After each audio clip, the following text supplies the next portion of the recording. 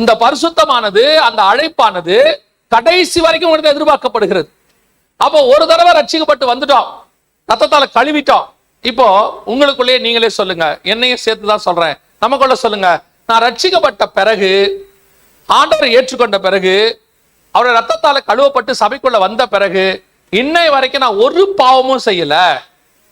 அதுக்கப்புறம் நான் பர்ஃபெக்டா எப்படி பாவ மன்னிப்பு வாங்கினேனோ அதே இடத்துல நான் இருக்கிறேன், அதே மாதிரி சுத்தமா இருக்கிறேன். எத்தனை பேர் இருக்கிறீங்க? இருக்க முடியாது.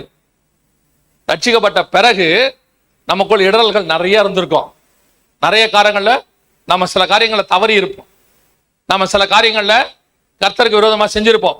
அது சிந்தனையிலிருந்து, சித்தத்திலிருந்து, செய்கையிலிருந்து, நடக்கையிலிருந்து நிறைய இருக்குது. அவருக்கு விரோதமான சித்தத்தை செய்யறதுன்னு ஒண்ணு இருக்கு. நான் 100% கர்த்தருடைய சித்தத்தை செஞ்சுட்டேன் அப்படிங்கிறவங்க யாருமே இருக்க முடியாது. இயேசு கிறிஸ்து ஒருத்தர் தான். நாம வேணா முயற்சிக்கலாம், முடியாதுன்னு இல்லை, முயற்சிக்கலாம். 100% நான் கர்த்தருடைய சிந்தை உடையவன், எனக்குள்ள வேற சிந்தை கிடையாது அப்படிங்கிறவங்க எனக்கு தெரிஞ்சிருக்க வாய்ப்பு இல்லை.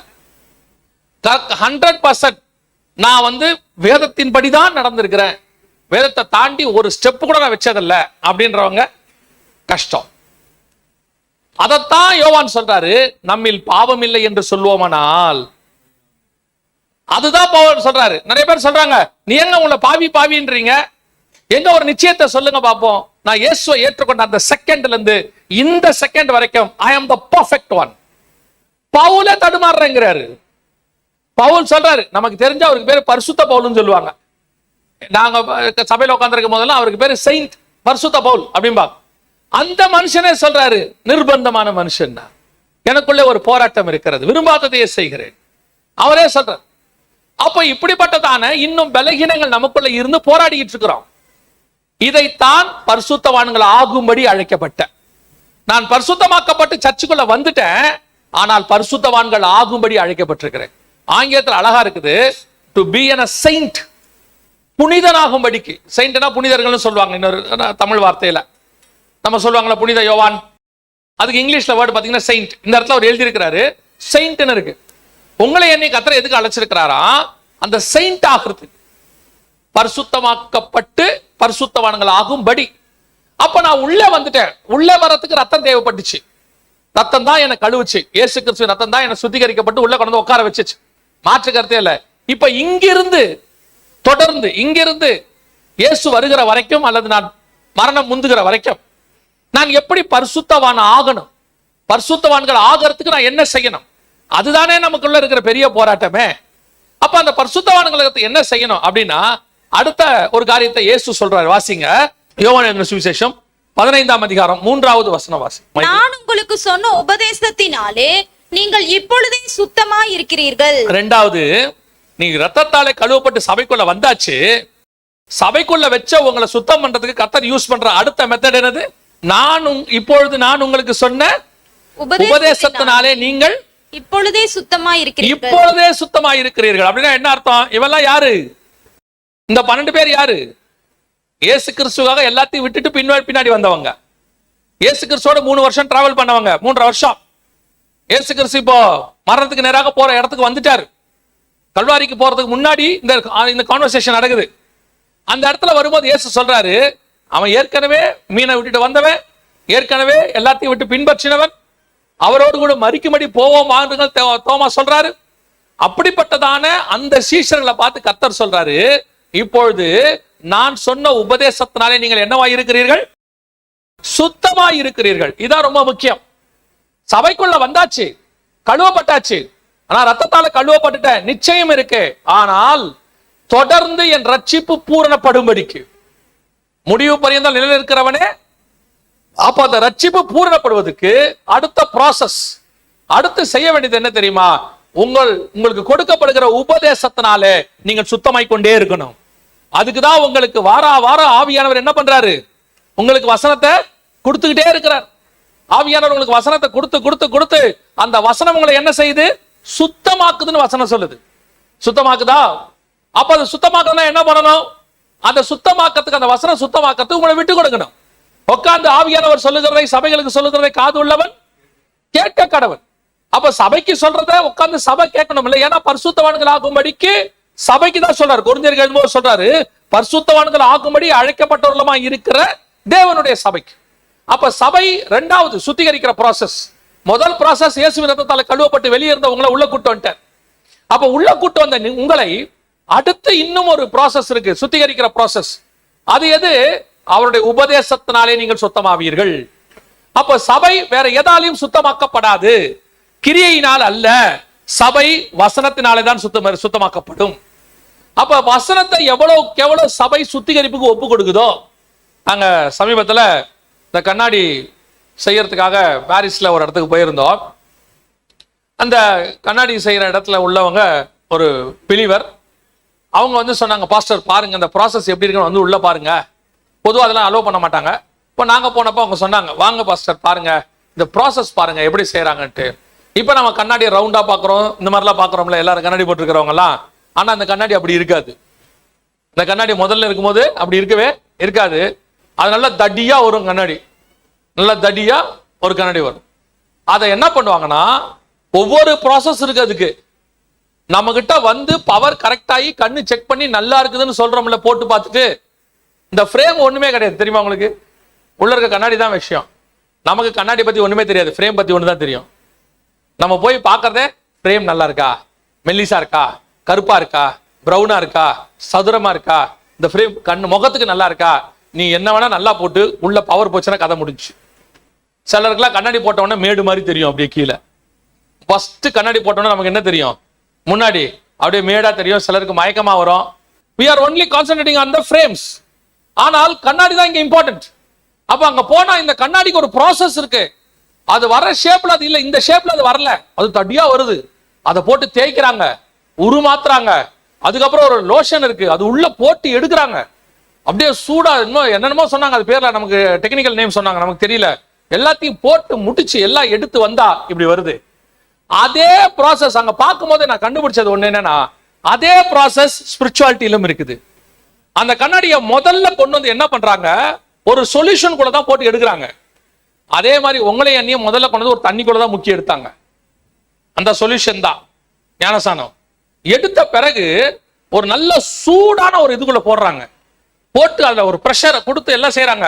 அதான் பரிசுத்த ஆவியானவர் அடுத்து உள்ளுக்குள்ள வந்து ஆவியானவர் நம்மளை திருத்துறது. இது ரெண்டாவது ப்ராசஸ். அப்ப சர்ச்சுக்குள்ள வந்த பிறகு உங்களை ரத்தத்தால சுத்திகரிச்சு உள்ள கொண்டு வந்த பிறகு உங்களுக்கு ஒரு ப்ராசஸ் இருக்குது. என்ன ப்ராசஸ்? அவருடைய வசனத்தினாலே சுத்திகரிக்கிற ப்ராசஸ். அந்த வசனத்தை நீங்க கேட்க கேட்க கேட்க இப்பொழுது என் உபதேசத்தினாலே நீங்கள் சுத்தமாக இருக்கிறீர்கள். ஆனா இங்க வந்து என்ன பிரச்சனை? நீங்க வந்து வசனத்தை கேட்டீங்களாங்கிறது பிரச்சனை. உங்களை எதுக்கு கர்த்தர் உள்ள கூட்டு வந்தாருன்னா, அந்த உபதேசத்தினாலே சுத்தமாக்குவதற்கு. ஒரு வாரம் முழுக்க உலகத்துல இருந்திருக்கிறீங்க. நீங்க நார்மலா போய் பாருங்க, சும்மா நம்ம ஊர்ல எல்லாம் போய் பாருங்க, ரோட்ல போய் பாருங்க, ஆட்டோமேட்டிக்கா வெளியே வரும்போது சட்டை அழுக்காயிடும். பெரும்பாலும் நம்ம வெள்ளை சட்டை போடுறது இல்ல, ஞாயிற்றுக்கிழமை ஒரு நாள் மட்டும்தான் போடுறோம். எதுக்காகனா, நீங்க என்ன சட்டை போட்டாலும் நம்ம ஊருடைய கணக்குக்கு அது மஞ்சள் சட்டையா மாறிடும், டஸ்டா மாறிடும், அப்படிதானே? அப்போ அந்த உலகத்துக்குள்ள போயிட்டு வரும்போது ஒரு சட்டை அழுக்காகிற மாதிரி நம்முடைய ஆத்மாவும் என்ன ஆகுது? அநேக மனுஷரோட பழகும் போது, ஆபீஸ்ல உட்காரும் போது, சிலர்லாம் பாத்தீங்கன்னா இங்க நல்ல சோத்திரம் பிரைஸ் தலாட் அல்லேலூயா தான். ஆனா வேலை ஸ்தலத்துக்கு போனா அவனுங்கிட்ட பிரைஸ் தலாட்டே பேச முடியாது. நல்ல நல்ல பிரதர் தான் அவரு, அவர் நல்ல பிரதர், மாற்றுக்கிறதே கிடையாது. ஆனா வரவன் அவரை பேச வைப்பான். அப்படியே ஒரு கோபம் ஒண்ணு வரும் பாருங்க, பழைய மனுஷன் அப்படியே ஒன்று எட்டி பாப்பாப்ல. அப்புறம் அதுக்கு ஒரு காரணம் ஒண்ணு சொல்லுவாரு, இவனுங்கிட்ட எல்லாம் இப்படி இருந்தா தான் வேலை வாங்க முடியும், இல்லைன்னா வேலை நடக்காது அப்படின்னு நம்ம ஒன்று சொல்லிக்கிறோம்ல. ஆக்சுவலா அதுக்காக ஆண்டவர் அழைக்கல, நம்மளை பரிசுத்தவான்களோடு அழைத்தார். ஆனா உலகம் என்ன பண்ணுது?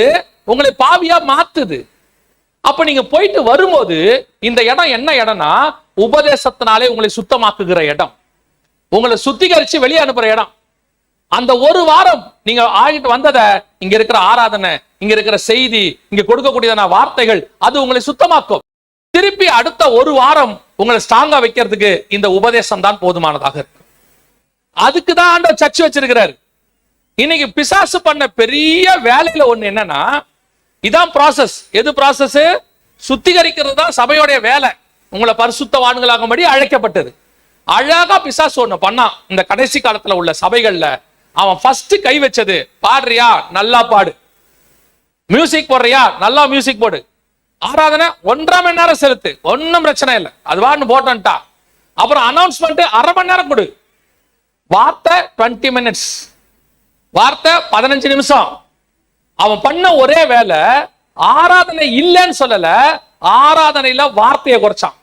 வந்த ஜனங்களை சுத்திகரிக்காம வெளியே அனுப்பினா உன் ஆராதனை விருதா.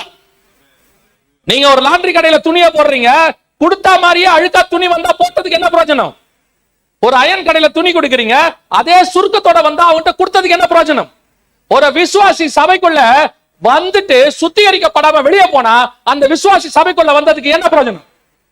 வேஸ்ட். அதே தான் இன்னைக்கு சபை செஞ்சுக்கிட்டு இருக்கு. உலகளாவிய சபைகளுக்கு ஒரு பெருமை கடைசி காலத்துல பிசாசு அழகா கொண்டு பெருமையை போட்டான். எவ்வளவு பேரு சர்ச்சுக்கு வந்தாங்கன்றது முக்கியம் கிடையாது, எவ்வளவு பேரு சபையிலிருந்து பரலோகத்துக்கு வந்தாங்கன்றதுதான் முக்கியம். என் சபையில 50,000 பேர் இருக்கான்றது பெரிய பெருமை கிடையாது, அது டேஞ்சர், தெரியுமா? அது டேஞ்சர். இப்ப நீங்க பாருங்க, கவர்மெண்ட் ஸ்கூல்ல ஒரு கிளாஸுக்கு 30 பசங்க 20 பசங்க தான் இருக்கும். டிஓ ஆபீசர் வருவாரு, டிஸ்ட்ரிக்ட் எஜுகேஷன் ஆபீசர். அந்த 30 பேரோட ரிப்போர்ட் தான் கேட்பாரு, அவ்வளவுதானே கேட்பாரு.